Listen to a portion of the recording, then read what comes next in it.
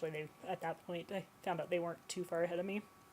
But I thought, oh, they're like totally done, and they're like way up there, and they're probably like just in bed. And I found out they had almost like as much of a hard time as I did because it was like just hot. And so I didn't feel too bad later after I found that out. But that time I was just like, okay, I'm like really sucking at this, and I'm like so slow. So I started out at that point. I have like 9 miles left. So I crossed the Colorado River. They have a long bridge, and I'm going across, and I get to the other side. And then we went up to this place called Angel Creek. Okay, so we go up, or Bright Angel Creek. So we go up Bright Angel Creek, and so you start going up, and it's like those movies where there's like those stupid bullfrogs that just like won't shut up. Like I think of like those, like the Winnie the Pooh movie where he gets like lost in the woods and like he's like hearing all these sounds and he's like like freaking out. I wasn't really freaking out. I was just more pissed off. But I kind of was freaking out a little bit just because I was tired and emotionally I was just like I can't believe these guys abandoned me and I'm like on my own, and I was just like getting kind of emotional. And then I like stopped again. I'm like, okay, so what would it matter if they were with you? Like, yeah, it would be a distraction, but it would still suck because you'd still have to get out of here and you still have to walk out of here. Because, I mean, really, like, am I going to be like whiny, complaining, moaning when they've been out all day too? And besides that, like who's going to believe or who's going to want to like go with me again if I'm like a liability and can't get myself out of there? And so I have all these thoughts going through my head, and finally I'm like, okay, this sucks, but I just got to get out of here. They don't really have any other choice. So I start up this ascent again, which is like the last 8 miles are uphill, and most of it's pretty steep. Start going up this canyon, and there's like bullfrogs, and I'm just like annoyed by them because like it sounds like a belching canyon, okay? And when you're that tired, a belching canyon doesn't sound like it. And at that point, my blood sugar had gotten too low. So I was like eating, but when blood sugar gets that low, then it's like you have to force yourself to eat because your body is so like exerted and exhausted. The thought of eating is like gross, but then you have to eat because you have to keep your nutrition up. You have to keep your sodium balance up. So I start going, and I kind of got into this zone where I was able to like kind of tune out for a minute and like. And I haven't like brought my iPod either. Okay, so I had didn't even have that as a distraction. I just had to like listen to myself. So I make it about 5 miles up, just fine, and then I make it up to, it's called Indian Garden, and that's about 4 miles from the top, about 3.5 to 4 miles from the top. And I'm just thinking about this, and I'm like, okay, I know that stupid climb is coming up, and like just the thought of it was like, ugh.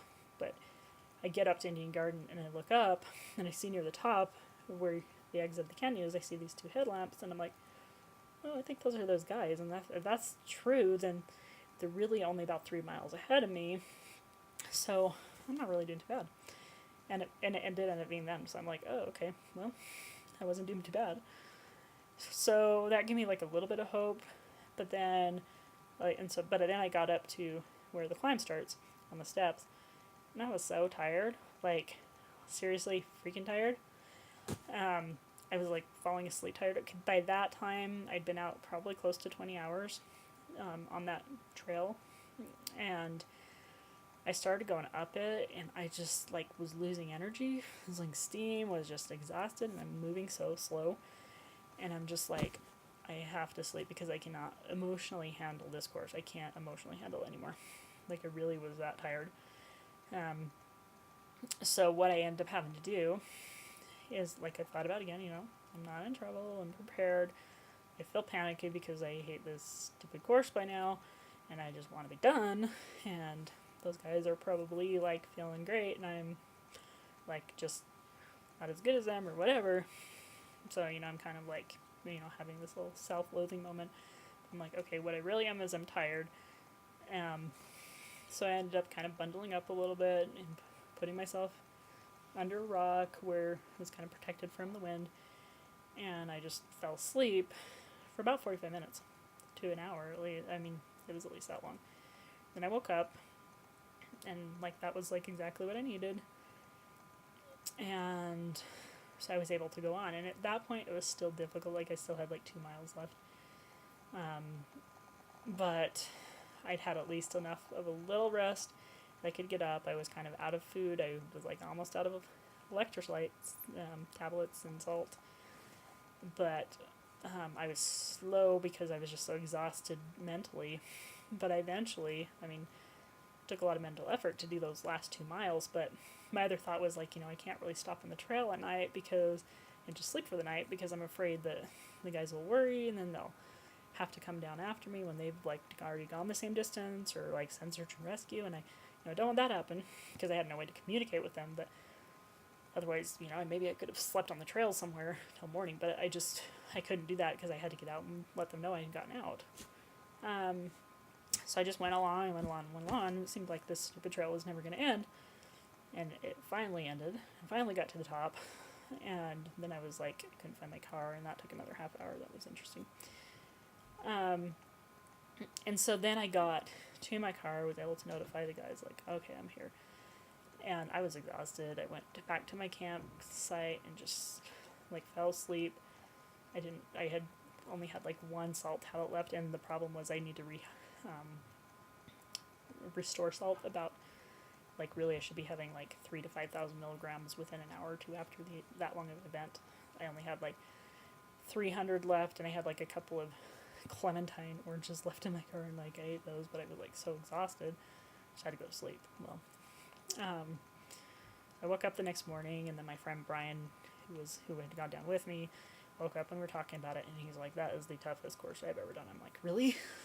What does it compare to Wasatch?" Because I'm doing the Wasatch 100 this year, and he's like completed Wasatch. I'm like, "Well, or a couple times," and he's like, "Oh, like that's like getting to mile 70 of Wasatch." I'm like, oh, okay. If that's my 70, like, I can totally do it.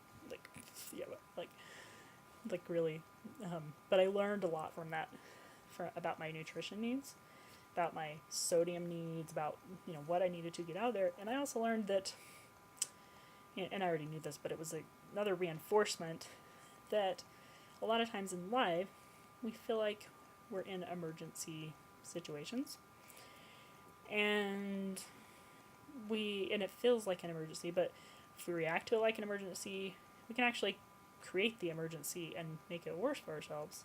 And that really sucks. Like, so if you can start to learn to calm down in those moments and say, okay, I feel like I'm in trouble, but am I really in trouble?